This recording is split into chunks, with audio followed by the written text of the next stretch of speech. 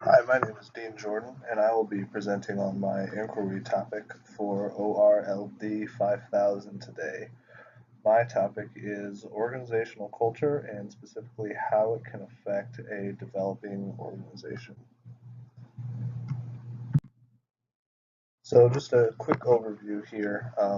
First, for context, I'd like to confirm that for sake of discussion, I am considering an organization that is under 5 years old or one that has been stagnating to be a developing organization.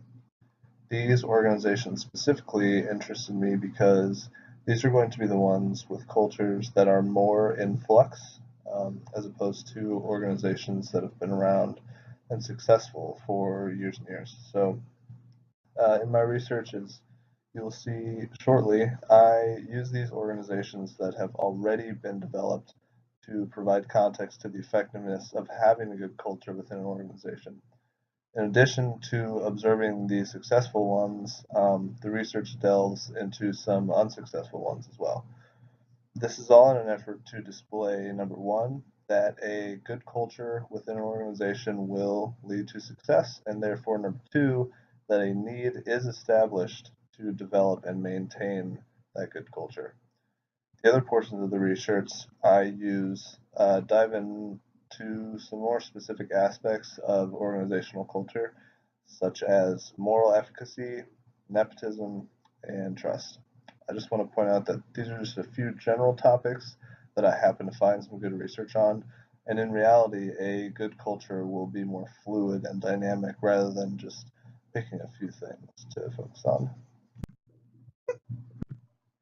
So these three elements were specifically addressed throughout the research that I found. Moral efficacy is more of a result of bad culture rather than a cause for it. In this specific study, the researchers found that abusive supervision in a company out of Ecuador led to a low sense of moral efficacy. Clearly, this is the effect of a bad culture. Um, Another example of bad culture would be the nepotism or hiring an employee based on their status within a family. Um, it was found that these employees were viewed less favorably, again, showing some negative effects there of an ineffective culture. So, obviously, in order to establish a good culture, someone would want to avoid these habits. The third point there, trust, is an example of an effective cultural element. This was identified in the research I found as a key element of culture, displaying something to emphasize rather than not emphasize in a developing organization. In terms of how this topic relates to the open systems framework, it is engaged with culture within the organizations as well as outside of the organizations. In addition to both the inner and outer culture, the topic involves the outside culture's effects on the given organization as well. So, of the tools that I chose for my research, I felt the continuous improvement model was a great example of how to establish a culture. The idea here is to establish a mindset within a company in which there is an open dialogue regarding the improvements necessary to keep a company moving forward. Specifically, it is mentioned in the research that this could be conducted through an annual survey.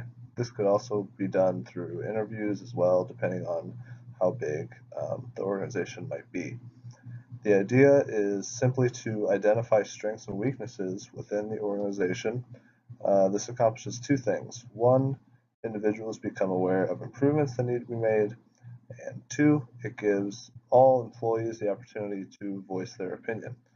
In doing so, this establishes a culture that embraces feedback and participation in whatever those people are doing. Though this is a fairly simple medium, I felt this sort of tool would be highly effective in creating a continually improving culture. In terms of application to my own career, establishing a culture on an athletic team as a coach is certainly necessary. Even if the team has a lot of athletic skill, if they don't mesh well, performances will definitely suffer. So you can see this example in any sport, um, but when a team has a culture established, um, incoming athletes can adapt to the atmosphere more quickly, as well as learn how to perform under a common purpose. And here you'll just find the list of sources that I used specifically within this presentation. Thank you for taking the time to watch, and have a great day.